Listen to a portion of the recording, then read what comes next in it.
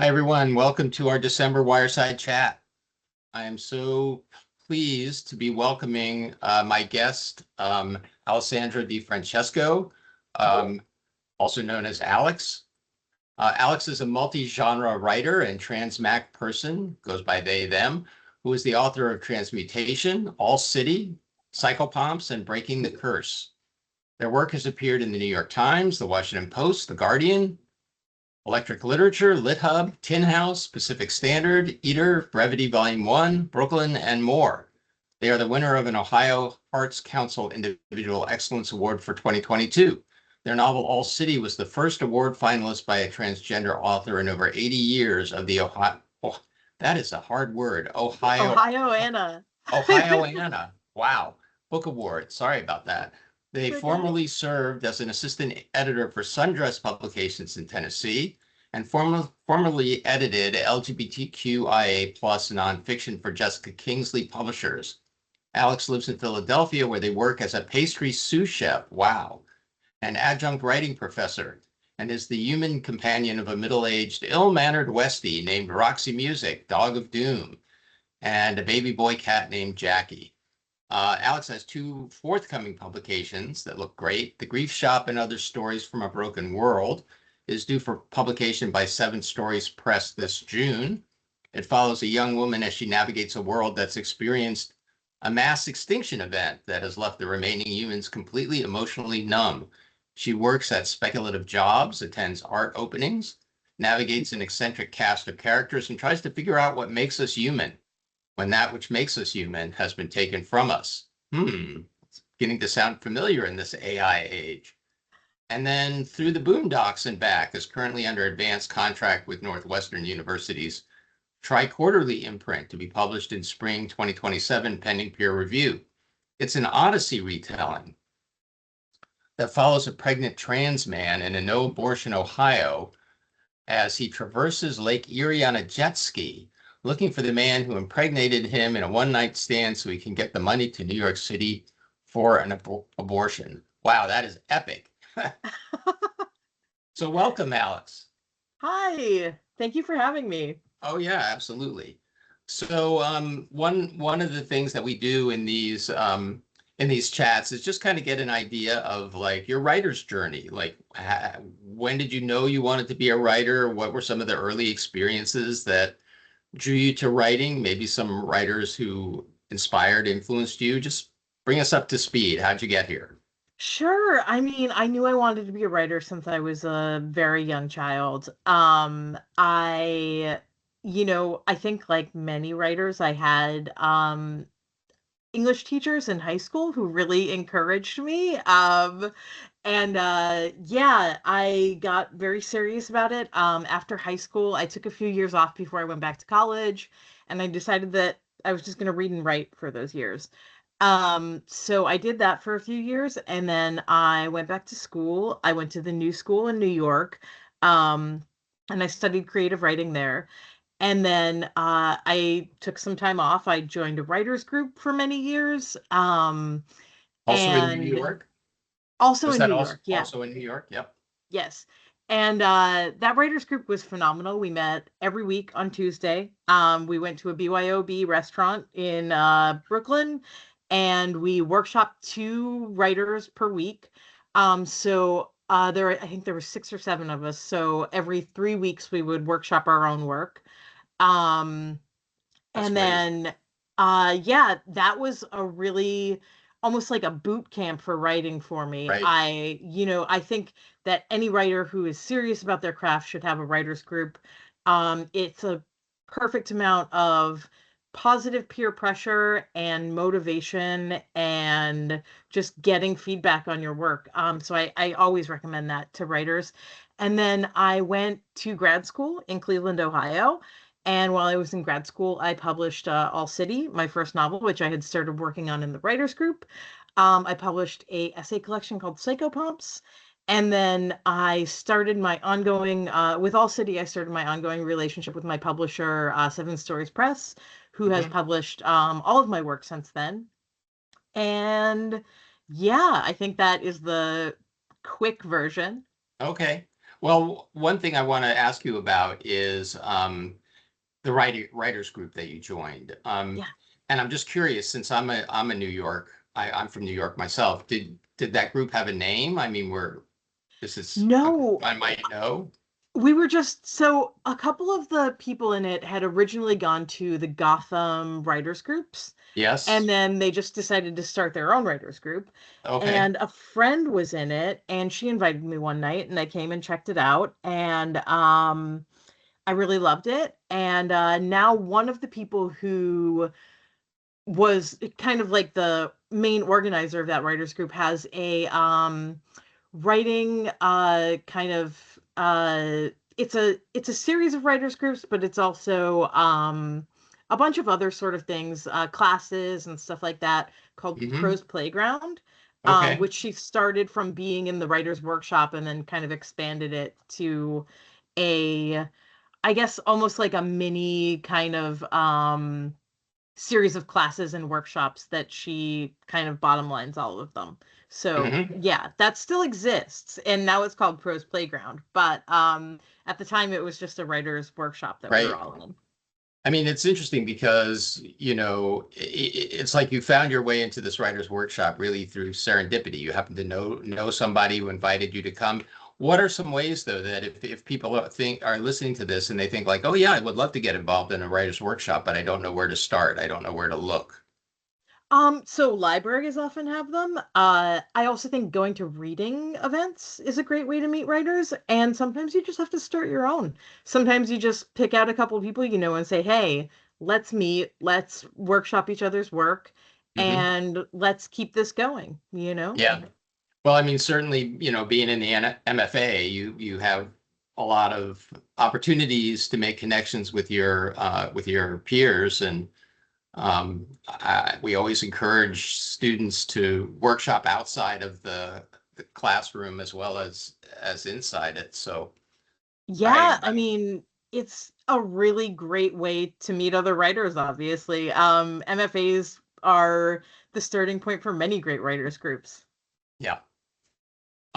So let's circle back to your fiction. I mean, we were talking before we started about All City and everything, and how that was kind of a early example of climate fiction. Also, kind of, I guess, I mean, would you say that that has sort of a speculative edge to it? Yeah, it's soft sci-fi. It's post-apocalyptic kind of soft sci-fi. Hmm. It's not real heavy in science. It's very much just kind of an extrapolation of like what happens if climate change keeps getting worse. Right. But I can see like from the other your two forthcoming titles, I mean, very different, obviously. One of them almost seems like a variation on the theme of All City, the first one, where there's been some kind of mass extinction event and everything. That's certainly a speculative idea. And the other one is speculative as well, but it seems more geared towards an exploration of maybe trans themes than climate, for example. Yeah. Um, but it does seem to me still like there are elements of connection, like mythology, maybe, or Mhm. can you talk a little bit about like the connective tissue between all of your various works? Sure. So the main difference between the climate change book, All City, and the forthcoming one, The Grief Shop. In The Grief Shop, the mass extinction event is never really discussed other than Hmm. like it happened in the past and now we're dealing with it, right? Okay. We don't ever actually find out what it was. And it was inspired a lot by the early days of COVID when things were Yep. terrifying. And there were trucks with bodies in them in New York City and stuff like that. And we just didn't know what was going to happen or when we were going to be able to leave our houses again, things like that. And in All City, it happens in real time. Like we actually like are kind of brought right into the day before the storm happens, and then we go with those characters through this like massive climate change disaster and how they survive it. So they're different in that respect, but yes, there is like a common theme of like something terrible has happened and now we are dealing with the world that exists after it. Hmm. In the grief shop, there um it was kind of an interesting conceit for me because it's so hard to write characters who don't feel anything about anything, because what is their motivation, right? Right. Motivation is a huge character thing when we're developing characters. Um, and when you take away characters feeling things, like how are they motivated to go from one thing to the next? So I ended up focusing a lot on speculative jobs because And what do you mean by speculative jobs? Can you uh, expand on them? yeah, so in the first story, the title story, the narrator works in what's essentially a coffee shop that sells cups of grief so people can feel something again. Oh, interesting. Um, yeah, and then in another story, she works at a gym where they have like reverse engineered um the maps of emotions in the body so that they can kind of like punch them into people in this boxing gym, so it's like a gym for like pain therapy kind of. So these Wow. jobs are like just these like random kind of ways that people are trying to like exploit this tragedy and also to help people feel again, Hmm. and capitalize on it. But jobs So, end up being, oh, I'm sorry, so go ahead. I'm sorry. The speculative fiction writer in me is like grasping on to your world, and so the mass extinction event. When you Mhm. say that people are numb and they have no feelings, that's not a metaphor. That's actually something that was the result. That element of their humanity has been excised. However that happens, apparently it's not that important in the book as the fact that it did happen, and now Yeah. there's the aftermath of how people have to deal with it. Yeah, yeah, Very cool. Love it. yeah. And very, very like interesting exercise to like write characters without Yeah. motivation. Well, also, the other thing I was thinking, you were saying like, well, that poses a challenge for the motivation of your characters, which is obviously true. But also, I think if you have characters that are not having emotions or having feeling, that poses certain challenges in terms of getting readers to empathize with them. So Hmm. what did you discover about encouraging readers to make those kinds of emotional connections?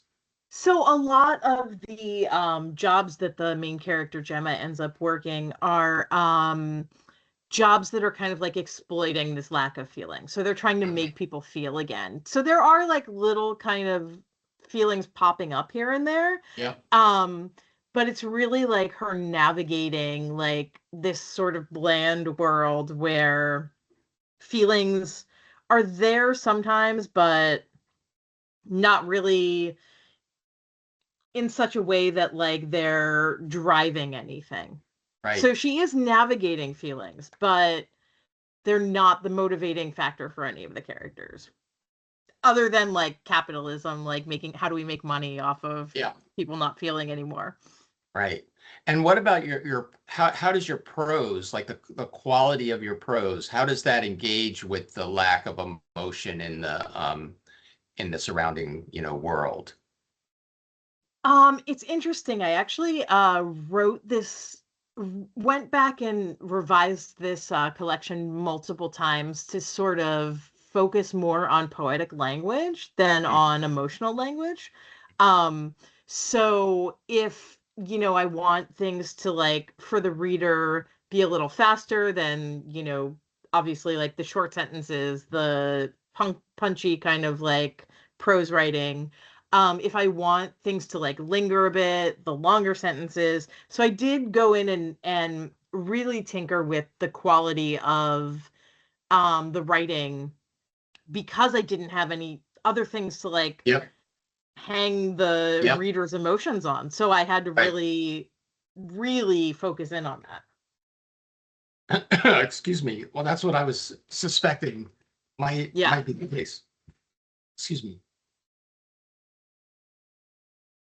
I think that's so interesting about how, the way in which the absence of an element from a novel can cause kind of a counterbalancing in some other aspect of the novel, right? Like the prose of the novel itself becomes a little bit more ornate or more, like you said, poetic, to balance out the absence or I don't want to say shallowness exactly, but the absence of this other characteristic of prose of fiction that readers are going to be looking for, which is like the depths of the character's feelings.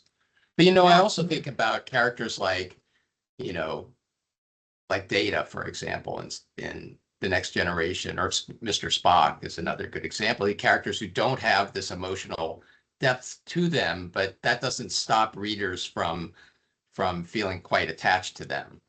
Yeah, no, totally. It also looks like we have a question in the chat Yes, about indeed. the motivation for the coffee shop idea or the gym. Yep. Um, the coffee shop idea was actually the first thing that came to me kind of out of nowhere. And the collection didn't really exist in my mind before I wrote the story in the coffee shop.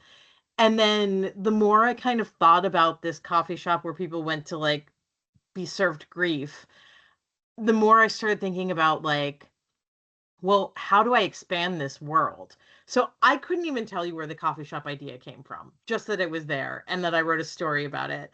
And that was the starting point for all of the other thoughts in the story. But the boxing gym, I actually box, and I've been looking for a way to write boxing gyms into something for a while. So that one was kind of fun for me.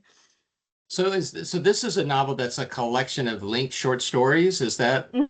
Is it are characters recurring from story to story? Is it yeah? Yeah, actually one of my favorite characters that pops up in a couple of the stories, years ago when I was in my MFA program, the poet C.A. Conrad came and did a talk there. And they were talking about this historical character, Robert Desnos, who was a Dadaist and he was a palm reader. And I very loosely based one of my characters off of Robert Desnos. And then there's another character. I don't know if you've ever heard of Connie Converse. She was a folk singer and she just disappeared off the face of the earth in the 60s, maybe the 50s, and nobody's ever found her, and she may very well still be alive out there, and she's a recurring character in it too. Oh wow, So that's cool. yeah. Is she a recurring character as herself? She actually does show up at one point in the book. Uh-huh. Like That's she's awesome. talked about a couple times, but then like she shows up at some point in the book too. That's very cool. Maybe she'll read it. Maybe. The, Who the real knows? Connie She may still be Converse. out there. Yes, exactly. So here's another question from the chat. You've had work in many renowned lit magazines and other publications. Did you make that your focus for a while? Were you primarily writing and submitting to these places to build up your creds? And were the pieces mainly short stories or nonfic? Great questions. Oh yeah, those are great questions. So I did make a focus for a while on building up some bylines in various places. For a while there was a very useful group in Facebook, which I don't even think people use Facebook anymore for the most part. But this was years ago. So years ago on Facebook there was a group for freelancers, and people just shared contacts in it constantly, and you could just like look up what all of these editors were looking for in the group files and like submit things to them. So for a while I really did focus on building up just like bylines in a lot of places. And I did submit to these places to get my name out there, to build up a resume. And then some of them are short stories and some of them are nonfiction. For example, in the New York Times, I published, actually, they reached out to me to do a book review when they reviewed one of my books. which apparently is something they do. Like if they review one of your books, they'll like often then like later reach out to you to review someone else's book, which is kind Mhm. of interesting and cool. Um, but that one's nonfiction, for example, but a lot of my publications are fiction. But I think it's good to be flexible about what you're willing to publish. Obviously, only you only want to publish things that you want to put your name on, right? But like at a certain point I thought to myself, like, I only want to publish fiction. And then I started finding that like um to get my name out there, I just had to be a lot more flexible about what I was willing to write. So I started writing essays, I started writing cultural criticism, I started writing I do write a little poetry, not very much. And like, poetry and fiction are both equally ways to get your name out there, but like nonfiction and essays sometimes have a slightly bigger platform and like you can get your name out there a little more with some of them. But yeah, you have to be flexible about what you're willing to write too, I think.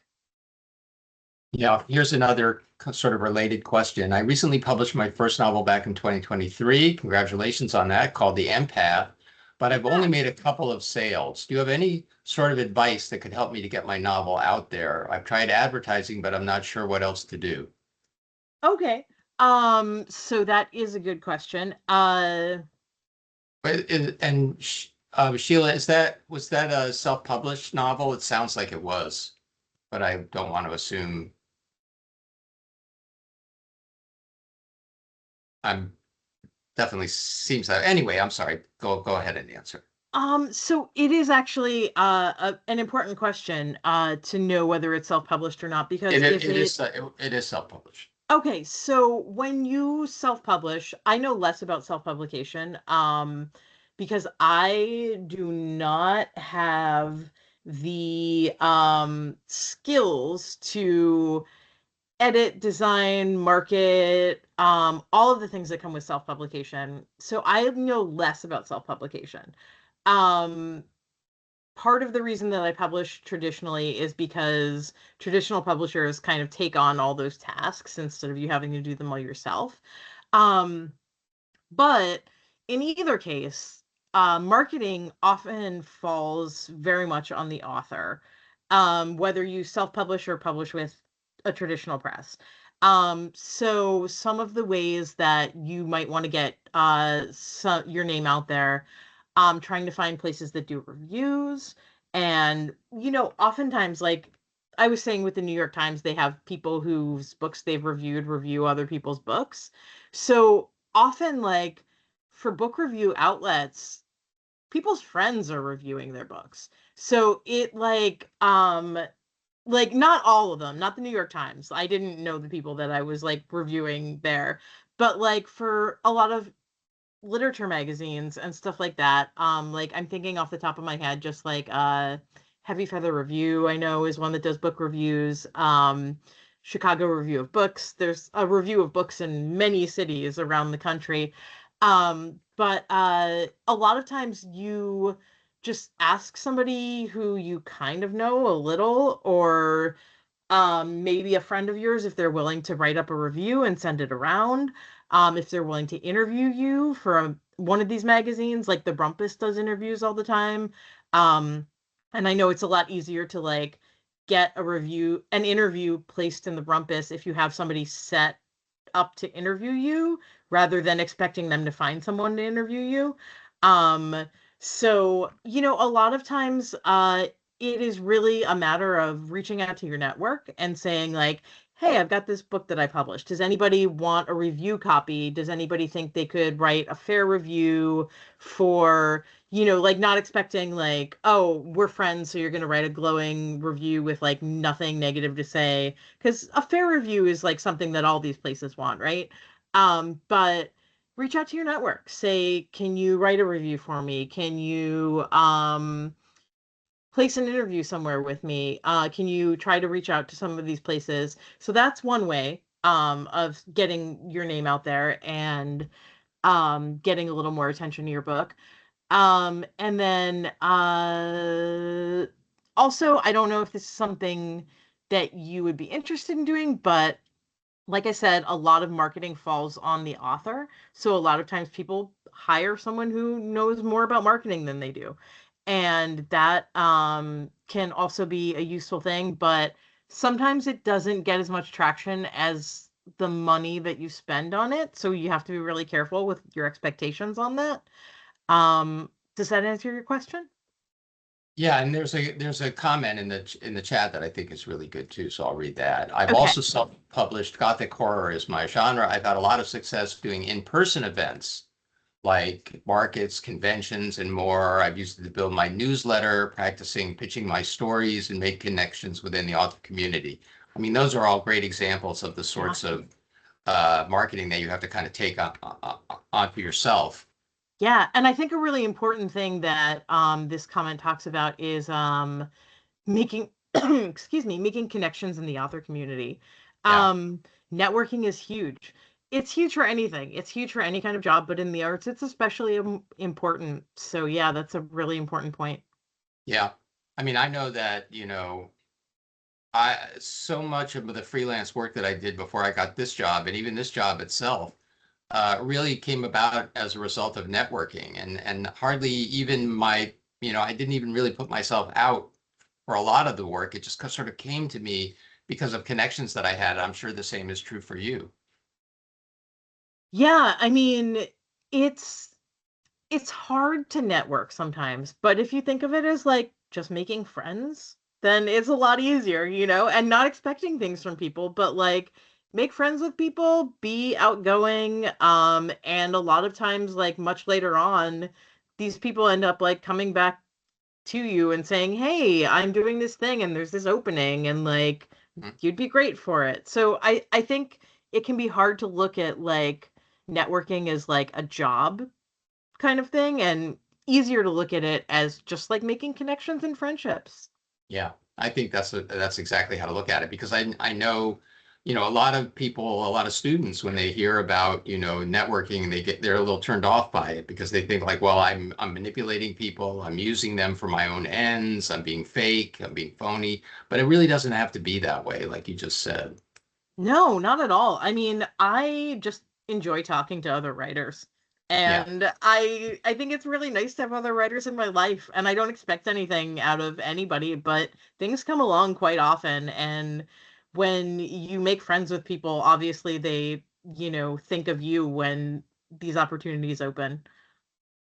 so here's another comment. Any suggestions for a new author to grow a network? I have just shy of 50 published short stories. That's amazing. I mean, that's huge. Some people go their whole lives without having 50 published short stories, like me, for example. But live in a very rural area. So specific communities or groups that are recommended. I mean, I'll let Alex answer this in a second, but a lot of it also depends on like, are you writing in a particular genre? Are you targeting a particular audience? Those are answers to those questions will help determine which communities you might, and groups you might want to reach out to. Yeah, I also think a really great thing to do is when you publish a story, make sure you read all the other stories in whatever magazine you're publishing and reach out to those authors, talk to them, Great idea. send them an email, say, Yep. "Hey, I read this and I loved it, and we should just chat." Yep. I actually recently have been talking to a publisher who I just reached out to because like this press was publishing interesting things, and we just started emailing, and now I actually just recently submitted a story that the press I usually publish with didn't take to this other publisher because like we just had a bunch of great conversations, and I was like, maybe you'll like this. Right. So let's see here. Um, I want to go back a little bit to a question that was here that I think is also a very good question. I don't want it to get lost. Here we go. How do you balance your careers as a writer and pastry sous chef? Many of us in the MFA program have the goal of making writing a career, but need to balance that against the earning power of the current job. Yeah. So it's very hard to make your entire living as a writer. It's really hard. So you have to find ways to balance the things that you need to do alongside it. Personally, and I don't recommend this for everybody, I wake up at like 3 in the morning. And when I have time in the morning before I have to go into work, sometimes I start working at 5 a.m. so I don't have time until later in the day. But I wake up at 3 in the morning because I'm on like a baking schedule. And I sit and write for the early morning hours when I'm not getting notifications on my phone or text messages or emails. And that is like my sacred time for like focusing on art, you know? I don't recommend that for everybody. Some people like staying up late and that works too. But I do recommend like finding a chunk of time where like you can get away from all your other obligations. And I know, for example, like I don't have kids. I don't, I'm not anybody's parent, so it's a little easier for me sometimes to get away and like find my own time and space than it is for plenty of people who have children. But also, it's always a balancing act. It doesn't matter what you're doing. If you have a full-time job, if you are writing and teaching, if you are raising a family, if you are trying to have friendships and relationships, you always have to find some chunk of time that you guard as your own for your art. Yeah. Do you write every day, Alex? I try to, but I don't always. Yeah. Right, like you just mentioned, you have a kind of sacred writing time. Is that like you pretty much are always writing? If you're going to be writing that day, that's when you're going to be writing? I gotta do it before I do anything else in the day Yeah, because other I things was take saying. up my brain energy, Yep, and I need like to have all of that for my writing. yep. Uh, I noticed, here's another question from the chat. I noticed you do developmental editing along with your writing. I'm curious if you would prefer to be solely an author and take editing jobs out of necessity, or is it something you really enjoy? I love editing. I love working with people on their art. I also think that like artwork and writing is always a collaboration. So whether I'm on the writing end of the collaboration or the editing end of the collaboration, it's always a conversation that I enjoy.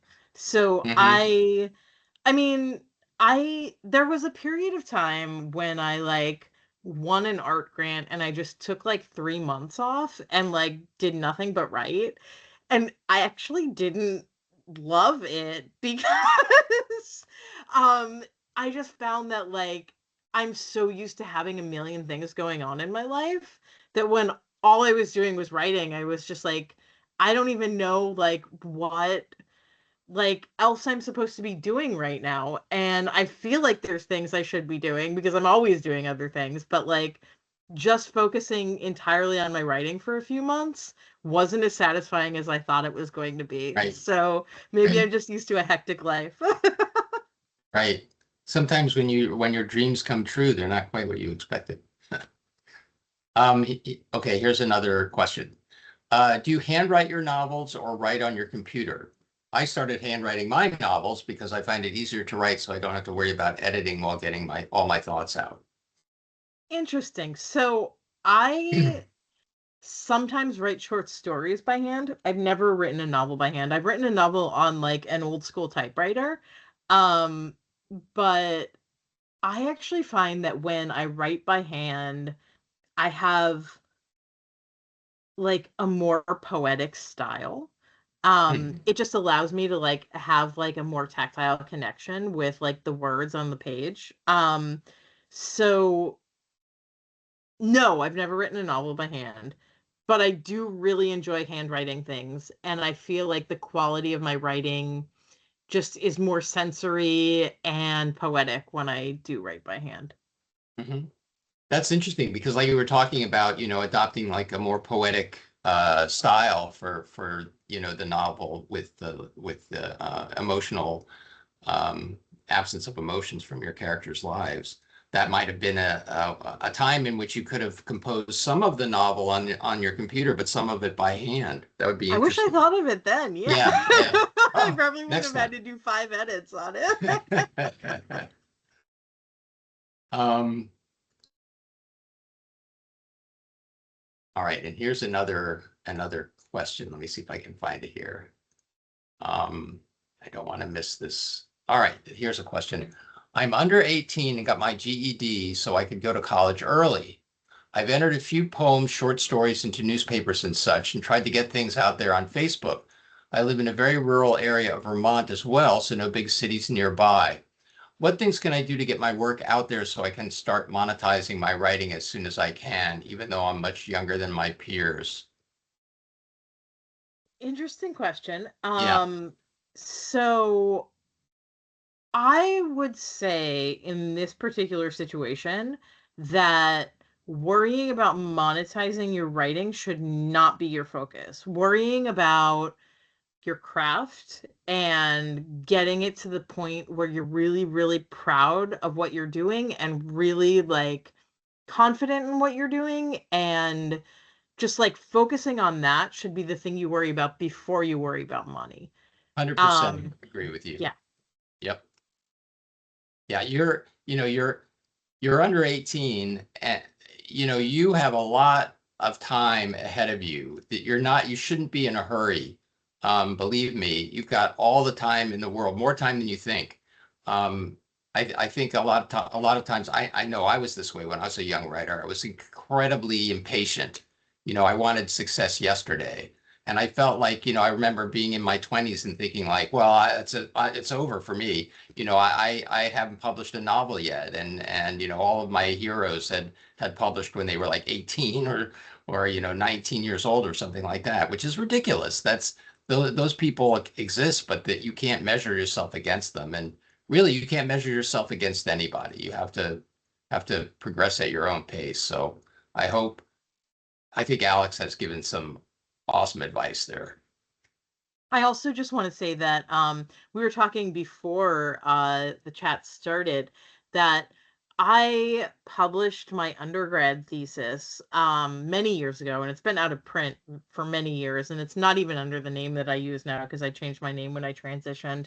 But I was in such a rush to get something out there that I published a book that now I'm just kind of like, I don't even feel like that strongly that like it was, something that I necessarily should have published. Hmm.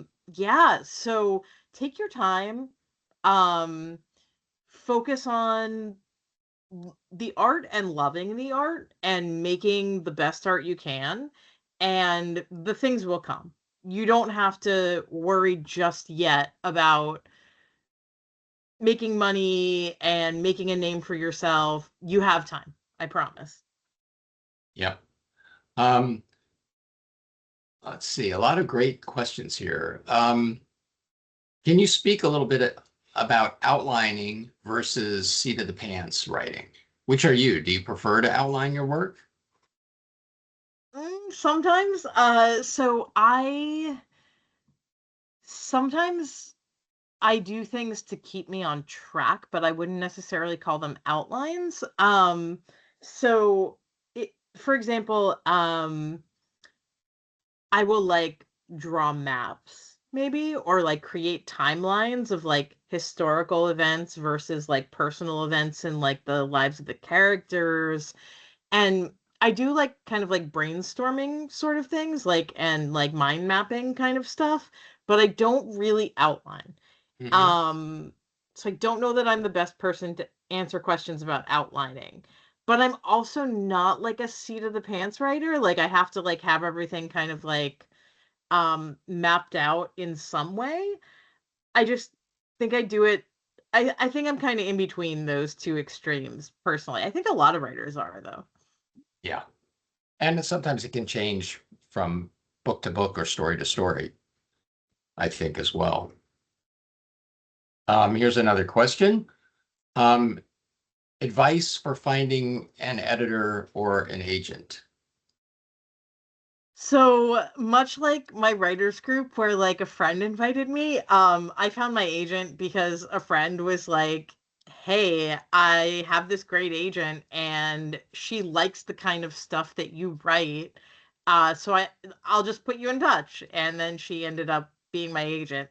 So again, having friends is important. Right. No, but that's networking, right? That's what we were Yeah. talking about before. Yeah, totally. But advice on finding editors and agents, put your work out there. Send it to lit magazines, query agents. Many people in this world have found their agents just by sending an email to the right person. A way that you might know that the agent is the right one for you. Say you read a book you really like, read the acknowledgments page, find out who that Mhm. person's agent is. You read a book that's a lot like your writing, same thing. Find out who that person's agent is, reach out to them. Um, those are some little tips and tricks.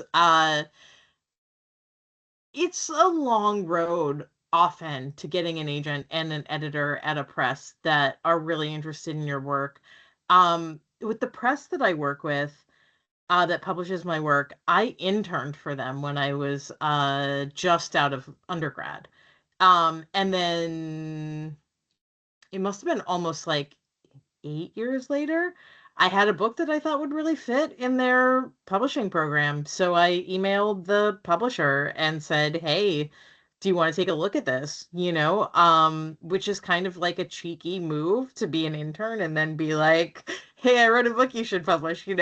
But yeah, again, it's like uh making connections to people is really important. And in that particular instance, I interned with this press because I loved the work that they were doing and it fit in with my interests. So it made sense to kind of reach out to them. Um, I think also that's a really important way to find, if you're thinking about indie presses, like read widely, read a lot of books that are out there in the world. And if you're seeing things that are fitting in with what you're doing, reach out to those presses, reach out to those editors, send them an email. Yeah. And only thing I would add to that is conferences and conventions can be really useful as well when it comes to meeting editors and agents. They'll be on often you'll find an editor or agent on a panel. You can go up to them afterwards and chat with them, or you'll meet them at the bar, and you can just say, "Hey, I really like this book that you published," and then you're off to the races. Yeah. Do you ever hit writer's block? And if so, how do you get out of it?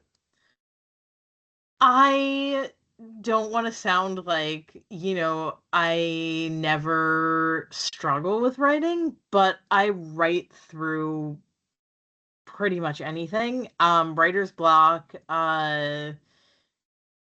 is, to me, it's just like the days when it's not flowing, but you Mhm. still write. And even if you end up like deleting all of it the next day, you still got to write through it. Do you kind of think of writing as a job? It's like, it's what you do today, whether you feel inspired to do it or not. It's 5 o'clock. It's time to get those words in. Well, I don't rely on inspiration, but I also think of it more as like a calling than a job. Like Mhm. it's how I make sense of the world around me. And it's something that I need to do to kind of regulate myself and like make everything make sense in the world for me. Mhm. So I feel like it's less a job and more of like something that's just how I operate in the world. Right, right. To be healthy or to be the best you that you can be, it's something that you have to do. Mm. Yeah. Here's another good one. Your writing takes risks and pushes boundaries. How far is too far? How do you measure what's worth taking a chance on, or do you always just write whatever you please? Um, I don't know that I've certainly had people say that my writing pushes boundaries, but I don't know that I feel that way.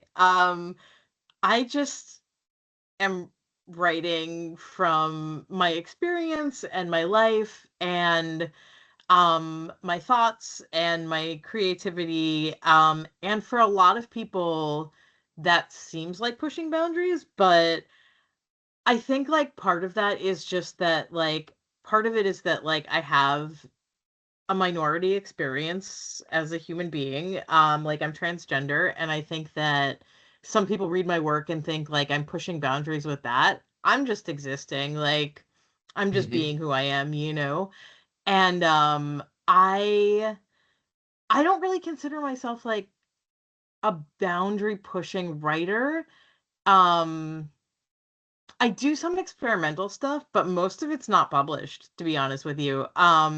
Most of the stuff that I've published is my more traditional kind of writing. Um, most of my more experimental work, people have roundly just been like, this is weird. I don't, yeah. Right. Let's keep it in the lab. Yeah, Um, I mean, you know, I when I was in graduate school, I wrote a thesis novel that was told in prose poetry and ghost stories. mhm. And no one has had any interest in publishing that, You're unsurprisingly. right. What's Oh, that? maybe maybe you're before your time. The literature hasn't caught up yet. Maybe, but I mean, I'm just saying that, like, I guess that goes back to the question of like, how far do you know is too far? Um, if you write a book and like everybody's just like, I don't know if this makes sense and I don't know if this is publishable, then maybe you went too far, you know, but like you did an important Mhm. exercise for you. So, Right. Because I think in a lot of ways, it's not so much a question of pushing boundaries or I know there are some writers that work that way. They're intentionally they identify what a boundary is in the culture, and then they're going to push past it or push against it or something. But I think for a lot of writers, it really comes down to being honest with yourself about who you are and what drives you as a writer. And sometimes that can force you to confront things that society as a whole may consider to be controversial, right, or unpleasant or something like that. But if you're still being true to yourself as a writer, then there's nothing boundary pushing about it. It's really embracing who you are and writing honestly out of yourself. So I'll get off I my agree with that. soapbox. No, I agree with that. Yeah. um, there was another question in here I thought was interesting. Let me see if I can find this. Um, where the heck is it? Here it is. The question is, any tips on managing rejections to grow your skills? And what interests me about this question is the connection that's being made between rejection and growing as a writer. Oh, interesting. I am largely at this point in my writing life unfazed by rejection. It wasn't always that way. I think when I was a younger writer, I was often crushed by rejection. And I think all I can say about it is that first of all, so like this is a two-part question, right? Like managing rejection and then also using rejection to grow your skills. So managing rejection, I think just you get a thicker skin about it the more it happens because rejection is a constant when you're a writer. Like even if you are Stephen King, I'm sure still gets rejected some places, right? So like Not no matter enough. what, what's that? Not enough. So I'm sure whatever level you're at, you're always going to have to face rejection in some way. Um, and it's just something you have to get real comfortable with. But using it to grow your skills, I actually don't let rejection shape my writing.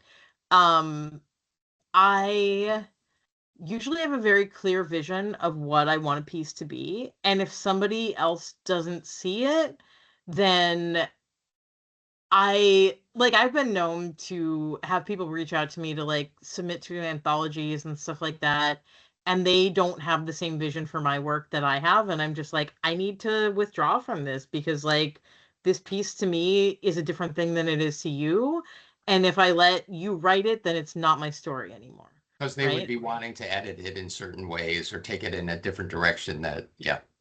Yeah, but and that's not to say you shouldn't allow collaboration in your writing, right? Collaboration is important, But if somebody has a completely different vision for something than you do, then I just Yeah. don't think it's the right fit. So I don't let rejection shape my writing unless it's rejection that makes sense to me. So if somebody comes to me and says, I love this piece, I would change this and this, and I sit back and I think about it and I go, yeah, that actually makes a lot of sense. I think this would make a stronger piece. Then I'm happy to let that shape my writing. Hmm. But if somebody's just like, oh, I envision this as like a werewolf from space story, and it's like, I don't know, a vampire from the ocean story, then like I'm not going to change it to a werewolf from space story.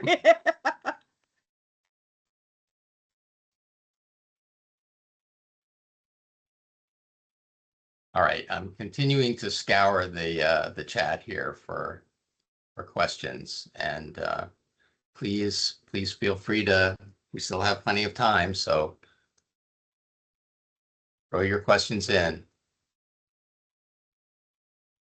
I mean, one thing a question that came to my mind as you were answering that last question was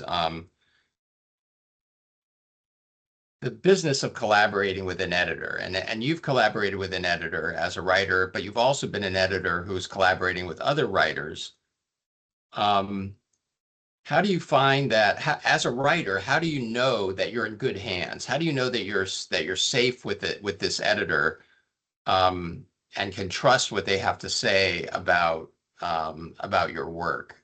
Is it kind of like instinctually you sort of feel a connection, or is it do the editors have to do they prove themselves to you by the quality of the comments that they're making? How exactly do you make that judgment? Interesting, because the editor I've worked with the most is the editor at Seven Stories, who has been my editor on 3 books, 4 books now. No, 3 books. I switched editors when my original editor left Seven Stories. But I knew his editing work from interning there, and I knew his editing work was something I respected a lot.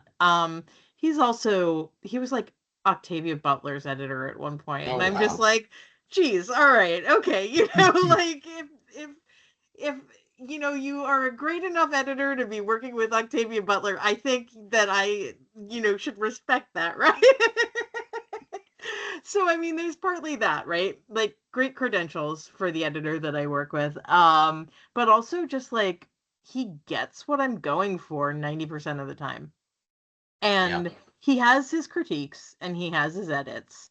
And I trust that they are always to make the piece stronger. I Right. don't think that like this particular editor, I don't think that like he's ever given me an edit that I was just like, that is like some kind of like ego of how you would tell the story. It's Hmm. always like what is best for the story. Right. And I love that. I love working with him. Yeah.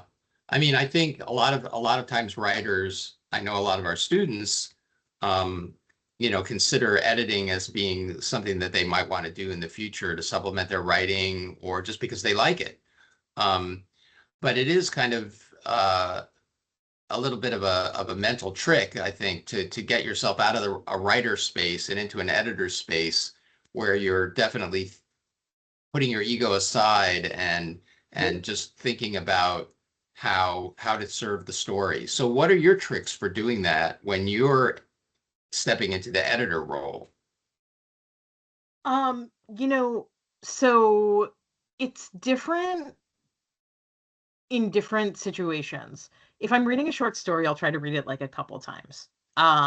To like really get what the author is going for and sort of tease out what the themes are, what like can be developed, what needs to be cut back. When I was working as an editor at Jessica Kingsley Publishers, we published a lot of books, and books are long. So I would read through them once and then I'd go back and do edits the second time. But like ideally, I would have wanted to read those books like 10 times, but Mhm. there's just like when it's your job, sometimes like there's just not the time to do that, right? Because you're working on all these aspects of like the book, and you have all these books on your roster and stuff like that. Um, so there's like the romantic sort of like read a piece a million times and get to the heart of it kind of editing. And then there's the reality of what editing can be sometimes when it is a job. And you don't always get to engage with like the romantic side of like editing, where it's like just like getting so deeply immersed in something because like there's all these other things going on and you have all these books on your plate and stuff like that. Um, so yeah, I mean, I don't, did that answer your question?